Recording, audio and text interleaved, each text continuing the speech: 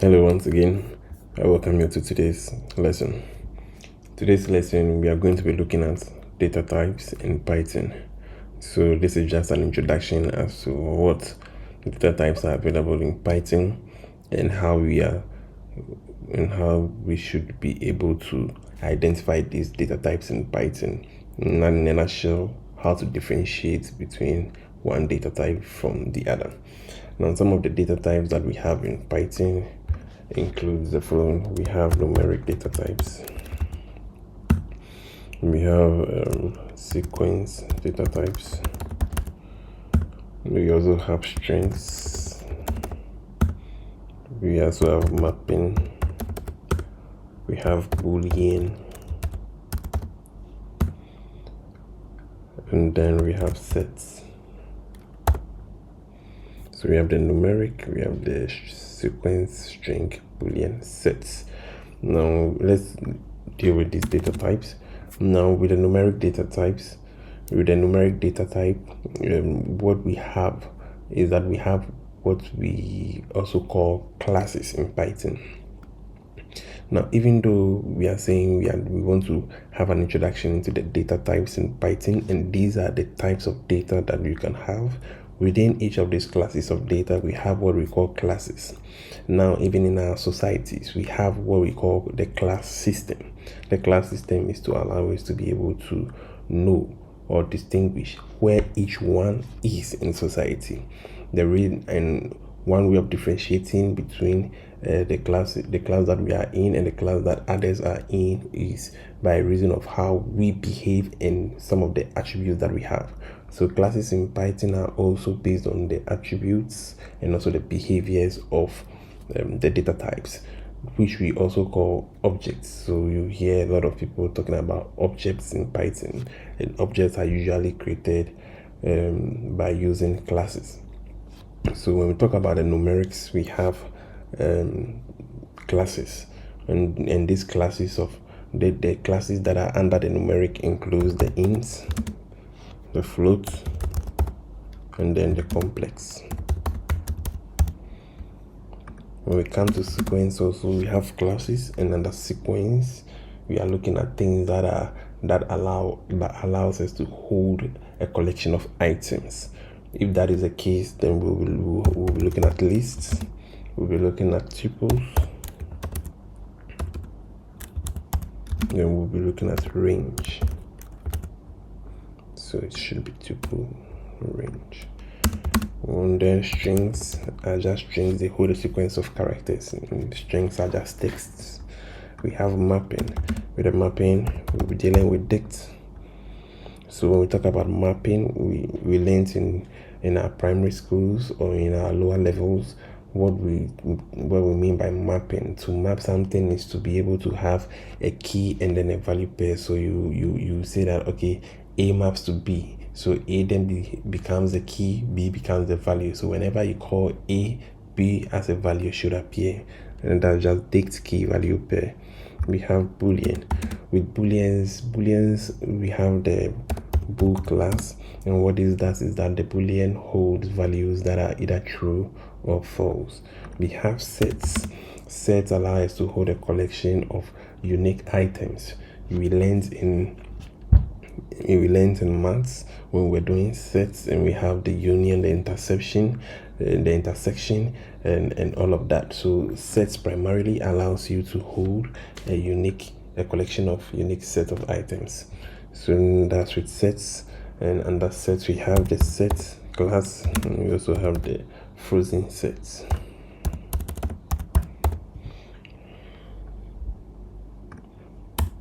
We have the frozen set. So basically we have the data types as numeric, sequence, string, mapping, Boolean, and sets. Under each of these data types we have classes. Classes meaning that we have these data types, specific data types that are being grouped under classes under this mother data type class. So under the numeric we see the int, the float, and the complex, and same applies to the rest of the data types in there. Now the most interesting thing that we want to lay our hands on are these. So if you are an engineer, or you are a developer, or you are a problem solver, you are using programming to solve some problem or challenge in your business or in your economic field, what we want to do is, okay, I have this set of problems. I need to use the right data structure, the right data type to do this. How am I able to distinguish which data types is what? So that is what we are going to look at. We are going to look at how to distinguish between one data type from the another. What happens is that when you are able to know what an int is by looking at the indicators that allows us to know that this is an int, then you'll be able to read the statements in Python and perform more operations in Python. So let's move on ahead. The first thing we are going to look at is int. When we talk about int, we've already looked at variables, so we are going to use variables also here, applying whatever we've learned already. So I'll say my variable should be my int. So int is the name for integers. So whenever I see 2, this is an int. How do we know this is an int? We can do print type. Whenever you want to know the type of a particular data object or data field, you just put type and then you call your object in there. Once you call it, you can print it. It gives you the class int. So we are saying that this value that we have 2 belongs to the class int because it has a particular behavior and an attribute that is synonymous to all the data fields that are in the class int. Okay, the next thing that we want to, so anytime you see digits or numeric values that are integers, you have them, they are ints in Python. So this is an example of what they are. You see something like this, straightforward, you are looking at an int. The next thing we want to look at is my floats. We already know how floats are usually decimal values or any value that has a precision of more 0 or more than 0. You are looking at anything that has a point in their values. So we have numeric values with points. So you see 2.0. We are dealing with floats. So I just copy this and then just change the type. Put in here my variable name, which holds my value, and then we have floats in here. So floats, in a nutshell, we can say that floats are numbers or numeric values with some precision values added to them. Okay, let's go on. We have my complex. The complex can be 2J. So we want to print, I want to say type my complex.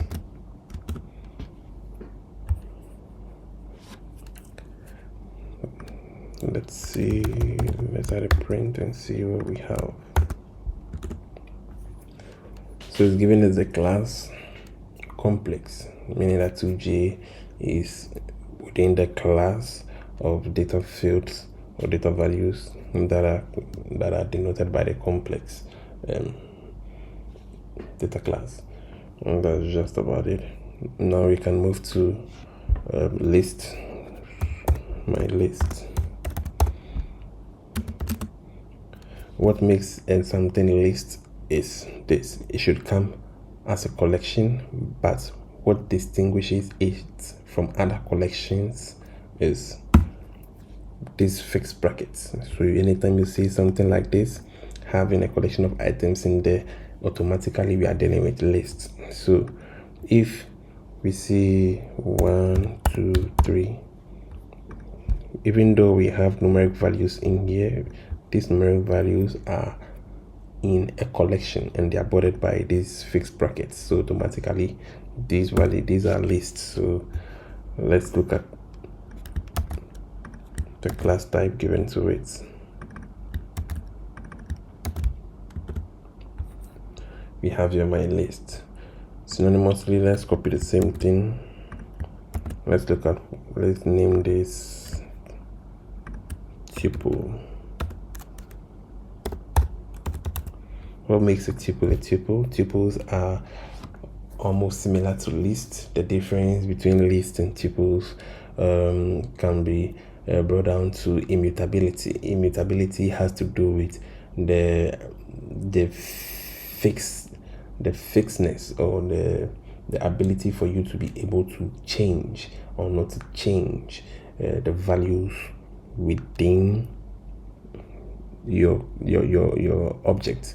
So with tuples they are immutable, with lists they are mutable, meaning that with tuples, when you have your object and you've already written your object, you are not able to change the values within your object, but with lists you are able to do so. So with tuples, the tuples come with brackets. So when we print this out, we have a tuple class. Tuples and lists are almost similar. Key difference is one, lists are changeable, tuples are not changeable. Two, lists come with fixed brackets, and then tuples come with the normal brackets or parentheses. The next thing that we want to look at, we have the range.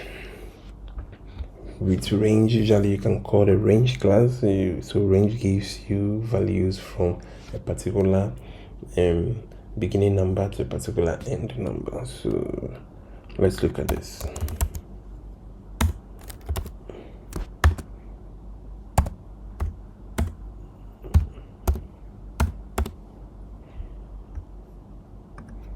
Let's call this my range.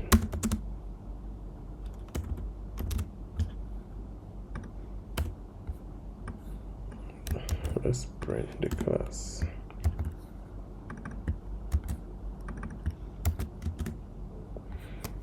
So we have the class type range over here. So let's look at how interesting these are. Let's just add them. So see the values next to them.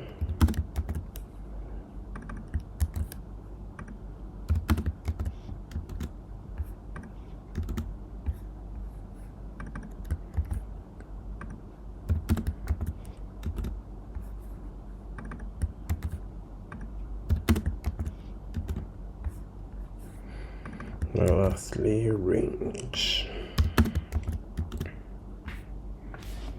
Okay. Now I hope it's going smoothly. What we want to achieve is that by the end of this particular lesson, you know the indicators that will allow you to be able to identify the individual data types in Python, and when we break them down, your ability to be able to identify the individual data classes in Python. And this particular thing that we are doing now is very key to anything you want to do in Python. All right, let's go to the strings. My string. The moment you see this, we are talking about, we know that we are dealing with strings. So strings are denoted by single quotes or double quotes. When you have them, you are working with strings. So you can just see I am a string.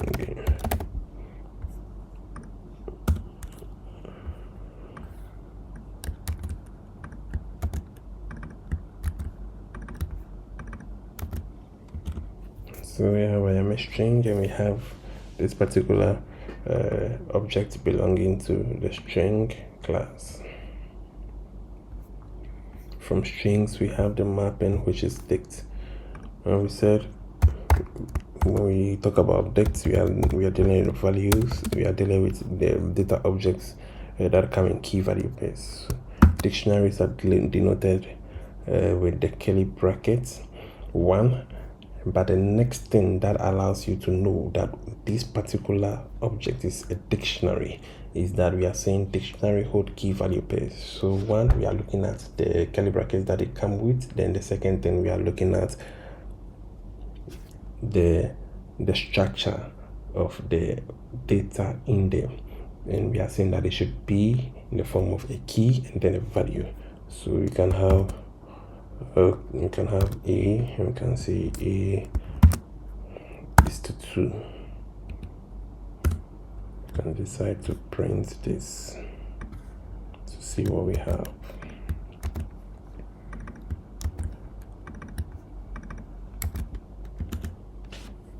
So we have A is to 2 and it's of the dict class. Right, let's move on to Boolean true or false. My bool, yeah, you can just say true, and then we want to print my bool. Let's put my bool again, wrap this above it, type, print it, and then I have my Boolean class. The last thing being set. So say my set should be equal to, sets are also denoted using curly brackets.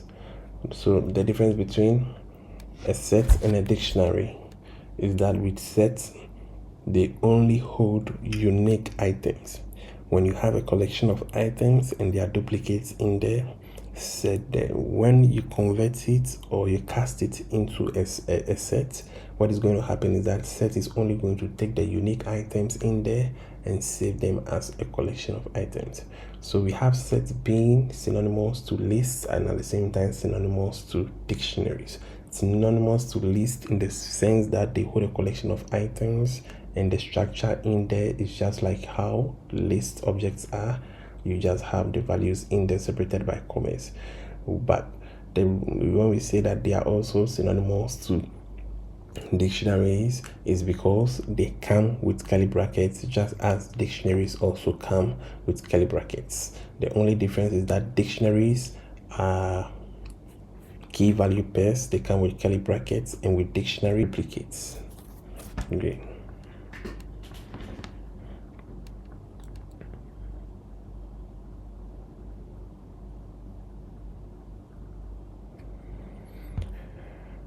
All right, let's move on. So we can have 1, 2, 3.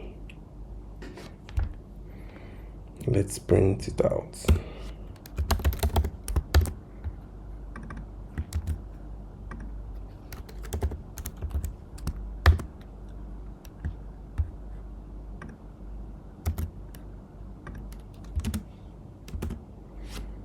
And we have our set class. So basically we've gone through each of these data types. We've gone through the indicators that would allow us to know that we are dealing with a list, we are dealing with a set, we are dealing with a dictionary, or we are dealing with a string class of a data type. Now these are the basics. Next we'll be looking at the next lesson is for us to be able to identify and to be able to know how to access each of these classes of data types. So good having you participate in this lesson. Until we meet again, bye for now.